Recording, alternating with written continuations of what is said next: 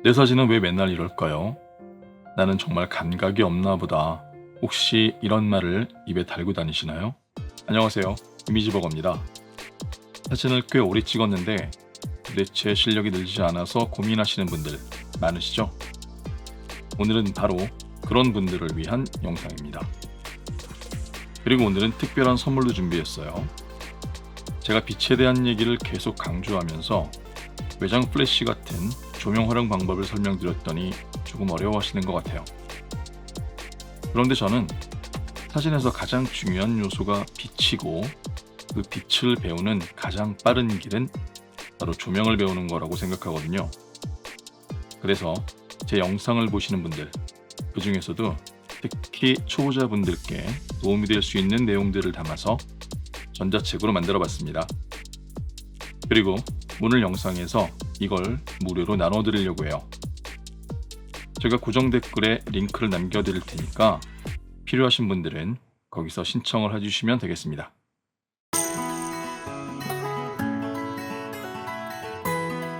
오늘은 먼저 제 얘기로 시작을 해볼게요. 오래전 일이지만 제가 처음 사진을 배우기 시작했을 때 얘기입니다.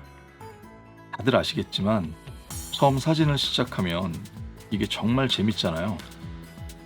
저도 사진 찍는 게 너무 좋아서 어딜 가든지 꼭 카메라 가방을 메고 다녔어요. 그리고 뭐든지 눈에 보이기만 하면 머릿속에 프레임을 그리면서 이렇게 찍는 게 좋을까, 저렇게 찍는 게 좋을까 이러고 다녔죠. 그리고 실력을 키우려면 네거티브보다는 슬라이드로 찍어야 한다 그래서 가방에 슬라이드 필름을 몇 롤씩 꼭 넣고 다녔습니다. 그런데 문제는 그렇게 해도 도대체 실력이 늘질 않는 거예요. 필름을 현상에서 가지고 올 때는 정말 기대에 부풀어서 오는데 이걸 라이트박스에 올려놓고 루페로 딱 보는 순간 진짜 너무 실망스러운 거죠. 그래서 맨날 입에 달고 다니던 말이 나는 감각이 없나 보다.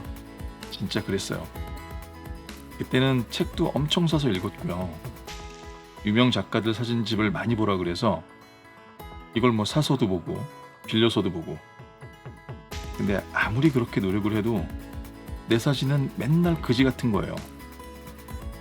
이러다가 실무에서 일을 하면서 이제 실력도 좀 좋아지고 경험이 쌓이니까 그제서야 알게 됐습니다. 타고난 감각이 좋은 사람이 있긴 한데 그렇다고 감각이 없어서 사진을 못 찍는 사람은 한 명도 없다는 거예요. 그냥 사진을 어떻게 찍어야 하는지 그걸 모르니까 실력이 늘지 않는다는 겁니다. 카메라 메커니즘이나 사진 구도 뭐 이런 걸 말하는 게 아니에요. 그런 지식을 많이 알고 있다 그래서 사진 실력이 느는 거 아니거든요. 사진을 잘 찍으려면 나무보다 숲을 볼 줄 알아야 하는데 이런 이론적인 것들은 나무에 해당하는 겁니다. 그리고 숲을 보는 방법은 따로 있어요. 그래서 오늘은 이 숲을 보는 방법을 알려드리려고 합니다. 제 옛날 얘기를 듣고 저거 내 얘긴데 이런 생각을 하신 분들이나 아직 사진 실력이 부족하다고 생각하시는 분들은 오늘 영상을 꼭 끝까지 보시기 바랍니다. 그럼 저처럼 똥손으로 고생하는 일은 없으실 거예요.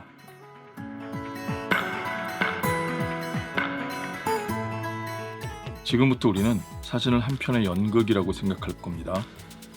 연극을 하려면 제일 먼저 뭐가 필요할까요? 당연히 무대가 있어야 되겠죠? 그 다음엔 전체 분위기를 만들어줄 조명이 있어야 하고요. 무대와 조명 세팅이 끝난 다음에 이제 비로소 배우가 등장할 겁니다. 사진에서 무대 역할을 하는 건 바로 배경이에요. 그러니까 사진에서도 제일 먼저 준비해야 하는 게 바로 배경이라는 거죠. 배경을 준비한다니까 뭔 소리야, 이런 분들도 계실 거예요. 보통은 배경을 따로 준비할 정도로 신경을 쓰진 않잖아요. 특히 초보 때는 신경을 안 쓰는 게 아니라 아예 못 쓰죠. 프레임 안에 수많은 것들이 존재하는데 다른 건 안 보이고 딱 피사체만 보이거든요. 제가 그랬어요. 정말 신기할 정도로 그렇게 오브제가 많은데 아무것도 안 보이고 딱 피사체만 보이더라고요. 그리고 필름을 현상한 다음에 그때 알게 되죠. 뭐야 이거, 전깃줄이 치렁치렁하네. 아, 이건 배경이 너무 지저분한데. 뭐라? 하늘이 이렇게 밋밋했나? 다들 이런 경험 있으시죠? 그러니까 사진을 잘 찍는 첫 번째 방법은 바로 배경을 먼저 세팅하는 겁니다. 조금 과장해서 말씀드리면 사진은 피사체를 찍는 게 아니라 배경을 찍는 거라고 생각하셔야 돼요. 이게 첫 번째 솔루션입니다. 그런데 배경이라고 하니까 무슨 배경지처럼 이렇게 뒤에 있는 것만 생각하는 분들이 계세요. 그런 거 아닙니다. 사진에서 배경이라는 건 피사체를 제외한 나머지 전부, 이렇게 생각하는 게 맞아요. 그리고 배경은 결국 피사체를 위해서 존재하는 거잖아요. 그러니까 배경을 고려할 때는 어떻게 하면 피사체를 돋보이게 만들까? 이걸 가장 먼저 생각하셔야 돼요. 연극 무대를 꾸밀 때 미장센을 만들잖아요. 사진도 똑같은 거예요. 배경에 공을 많이 들이셔야 됩니다.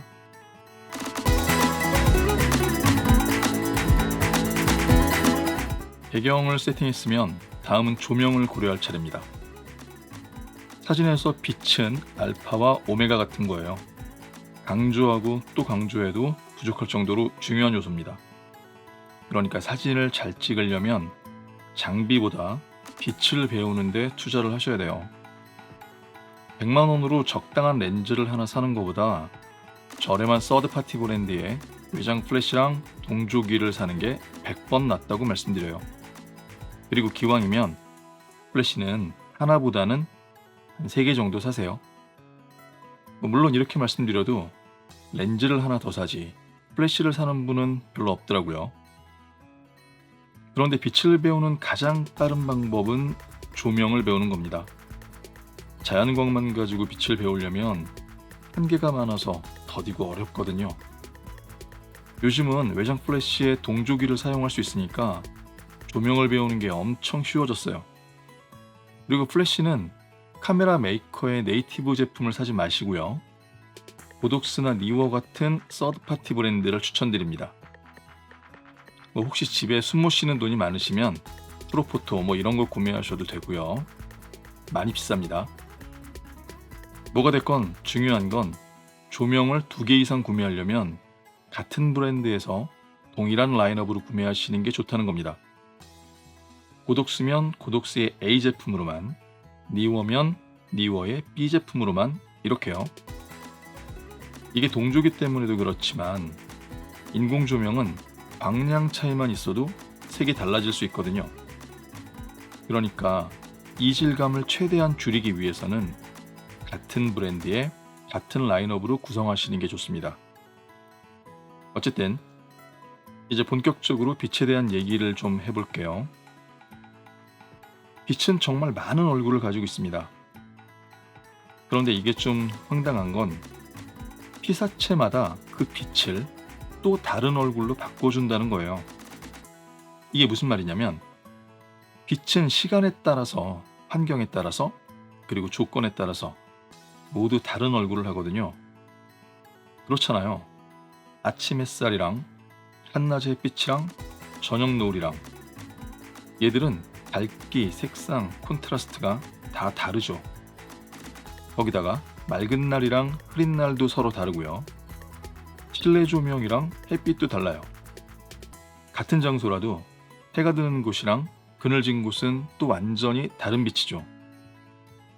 그런데 이 빛이 피사체를 만나면 일부는 흡수되고 일부는 반사되면서 다시 다른 빛으로 또 변한다는 겁니다. 이게 표면의 재질이나 색상에 따라서 완전히 달라지거든요. 이렇게 얘기하니까 좀 난감하시죠? 경우의 수가 그렇게 많으면 도대체 빛을 어떻게 공부하란 말이냐? 이런 생각이 드는 게 당연합니다. 그런데 걱정하실 필요가 없는 게 빛은 과학이에요. 침대 아니고요. 무슨 말이냐면 빛은 딱 정해진 규칙대로만 움직여요. 그러니까 빛을 공부한다는 건 그 정해진 규칙을 공부한다는 말이고요. 그걸 바탕으로 우리는 상황에 맞는 설정을 예측할 수가 있어요. 그리고 그걸 사진에 적용시킬 수 있는 거죠. 그러니까 빛이 아무리 많은 얼굴을 가지고 있어도 내가 원하는 이미지를 만들 수 있다는 거예요. 그래서 제가 조명으로 빛을 공부하는 게 제일 좋다고 말씀드리는 겁니다. 제가 예전 영상에서 빛을 밝기, 색상, 그리고 콘트라스트로 나눠서 분석하고 서술하는 연습을 꾸준히 하라고 말씀드렸잖아요. 그게 빛과 친해지는 첫걸음입니다. 그리고 사진에서 빛이 진짜 중요한 이유는 바로 감정을 만들기 때문이에요. 이게 정말 중요한 게 우리는 사진에다가 어떤 메시지를 담잖아요. 그런데 사진이 전달하는 메시지는 이성보다는 감정에 어필하는 경우가 많아요. 그러니까 느낌으로 메시지를 전달한다는 거죠. 행복하다, 아름답다, 무섭다, 우울하다, 이런 여러 가지 감정을 사진마다 그 위에 글로 써서 전달할 수는 없는 거잖아요. 이 사진 두 장은 느낌이 다르죠. 사진이 담고 있는 감정이 다르잖아요. 이렇게 다른 느낌을 만들어내는 가장 큰 원인이 바로 빛입니다. 그러니까 우리는 빛을 이용해서 내가 전달하고 싶은 분위기를 만들어야 하는 거예요. 정리하면 제일 먼저 배경을 세팅해서 전체 프레임을 구성하고요. 그 다음에 사진의 분위기를 만들어서 감정을 입혀주는 거예요.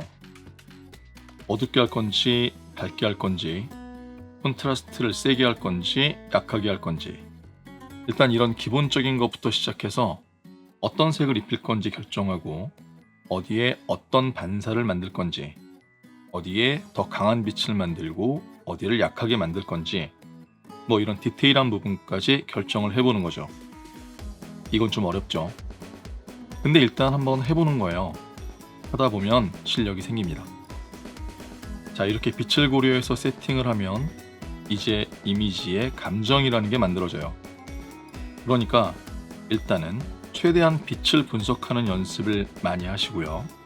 그 다음에 내 사진에 어떻게 감정을 입힐 건지 그 연습을 꾸준히 해보세요. 이게 되면 그때부터는 이제 똥손 탈출 이런 정도가 아니라 그냥 금손이 되는 겁니다.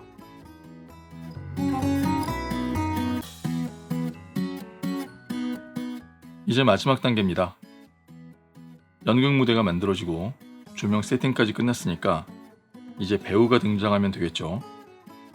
그러니까 배경을 구성하고 사진에 어떤 분위기를 만들어서 감정을 입힐 건지 여기까지 설계가 됐으면 그제서야 피사체를 고려한다는 겁니다. 한마디로 피사체는 다 만들어진 판 위에 그냥 올려놓기만 하면 된다는 거죠. 그런데 보통은 배경이랑 조명에는 관심이 없고 기승전 피사체만 생각을 하죠. 바로 그래서 사진 실력이 늘지 않는 겁니다. 피사체도 중요하지만 사진은 배경이랑 조명이 훨씬 중요할 수 있거든요. 그러니까 감각이 없어서 사진을 못 찍는 게 아니라 잘 찍는 방법을 모르고 있던 거예요. 이해가 되시나요? 자, 그럼 피사체는 어떻게 세팅을 해야 할까요? 판을 만들었다고 해서 주인공을 아무렇게나 올려놓을 순 없잖아요. 배경을 세팅할 때도 그렇지만 피사체를 세팅하기 위해서는 구도에 대한 공부를 좀 하셔야 됩니다.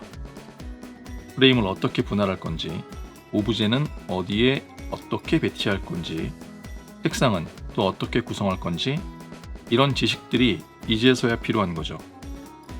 특히 피사체를 세팅할 때 중요한 건 누가 주연이고 누가 조연인지 이걸 확실하게 알려줘야 한다는 겁니다.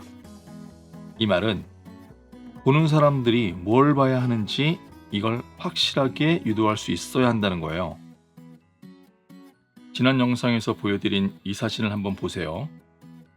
화면을 둘로 나눠서 양쪽에 커피와 빵을 배치했어요. 그러니까 커피랑 빵이 싸우잖아요. 이 사진은 저번 영상에서 여러분들한테 빛을 설명하려고 일부러 찍은 거예요. 그러다 보니까 주연을 딱 정하고 찍은 건 아니었어요. 그런데 위치나 컬러 때문에 커피가 주인공이 됐네요. 커피의 존재감이 너무 커졌어요. 그런데 저는 빵한테도 시선을 주고 싶은 거예요. 그래서 빵 위에 빵칼을 올려놓고 거기에 조명으로 직접 반사를 만들어줬습니다. 강한 빛이 사람들의 시선을 유도하도록 한 거예요. 이렇게 하니까 커피에 갔던 시선이 빵으로 옮겨오겠죠. 그런데 만약 여기서 빵을 더 강조하겠다고 빵 접시에 컬러를 주면 어떻게 될까요? 망합니다. 커피랑 빵이 진짜 대놓고 싸우기 때문에 사람들은 뭘 봐야 할지 모르게 될 거예요. 무슨 말인지 아시겠죠? 자, 그럼 이 사진은 어떤가요? 거의 동일한 세팅인데 누가 주인공인지, 왜 이렇게 구성을 했는지 이건 여러분이 한번 생각을 해보세요.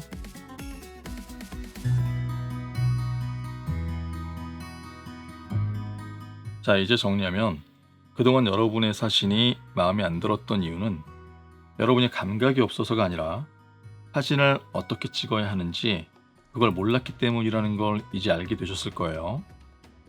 사진을 찍을 때는 피사체를 찍는 게 아니라 배경을 찍는다는 생각으로 프레임을 구성하시고요. 사진의 밝기와 색상, 그리고 콘트라스트를 기획해서 분위기와 감정을 만드는 겁니다. 그리고 마지막으로 피사체를 세팅하면 되는 거예요. 앞으로 사진을 찍을 때 이걸 기억하시고 적용하신다면 지금보다 훨씬 더 좋은 사진을 얻을 수 있을 겁니다. 자, 오늘 영상은 여기까지입니다. 모쪼록 오늘 영상도 여러분께 작은 도움이 되셨길 바라고요. 저는 다음 영상에서 다시 뵙도록 하겠습니다.